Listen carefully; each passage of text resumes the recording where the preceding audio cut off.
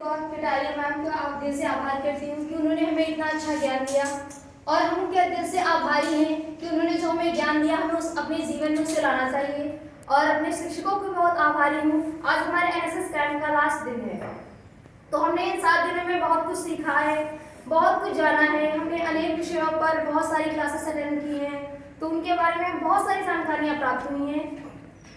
तो आज इस अवसर पर मैं सेल्फ डिसिप्लिन उसके बारे में कुछ बोलना चाहती हूँ। सेल्फ डिसिप्लिन हमें अपने आप को अनुशासित करना, स्व अनुशासित हमें अपने आप को कैसे अनुशासित करते हैं, हम एक कैसा समाज बनाते हैं, हम कैसे रहते हैं, वो हमें सिखाता है कि हम कैसे कब क्या करना है, हमें कैसे नहीं करना है। तो एक छात्र के जीवन में अनुशासन का बड़ा ही महत्व होता है कि हम कैसे रहते हैं। एक छात्र जब हम बच्चे होते हैं, बच्चे से धीरे धीरे बड़े होते हैं, तो हमारा अनुशासन ही हमारे जीवन की ऊंचाइयों को छूने में भी मदद करता है। कि हम जब छात्र जीवन में जब हम रहते हैं तो हम ये देखते हैं कि हम क्या कर रहे हैं या क्या नहीं कर रहे हैं, कितना टाइम हम कहाँ पर स्पेंड करते हैं, कि हम छोटी छोटी बातों पर टाइम वेस्ट करते रहते हैं या हम पढ़ाई कर रहे हैं, किन बातों पर कर रहे हैं या कौन सी बातें करते हैं। हर चीज़ हमारे जीवन में महत्वपूर्ण होती है कि हम अपने जीवन का जो समय है वो कहाँ पर खर्च करते हैं।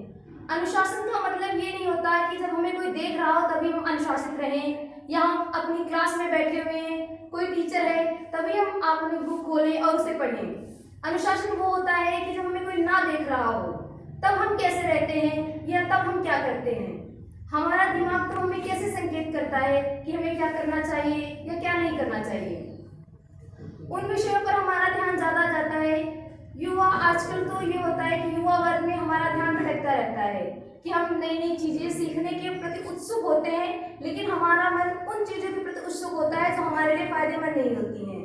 हम ज़्यादातर सोशल मीडिया पर अपना टाइम बिताते रहते हैं या दोस्तों के साथ बिताते हैं, पर दोस्तों के साथ बिताने में ये होता है कि हमें दोस्तों के साथ क्या बातें करते हैं। हम पढ़ाई से रिलेटेड करते हैं या खेलकूद से रिलेटेड करते हैं, हमारे एग्जाम्स आने वाले होते हैं हम उनके बारे में बातें करते हैं, लेकिन इन चीज़ों से बहुत परे हम बातें करते हैं कि जो हमारे काम की भी नहीं होती, हमारा समय भी जाता रहता है और हमें कुछ जानकारी भी नहीं मिलती।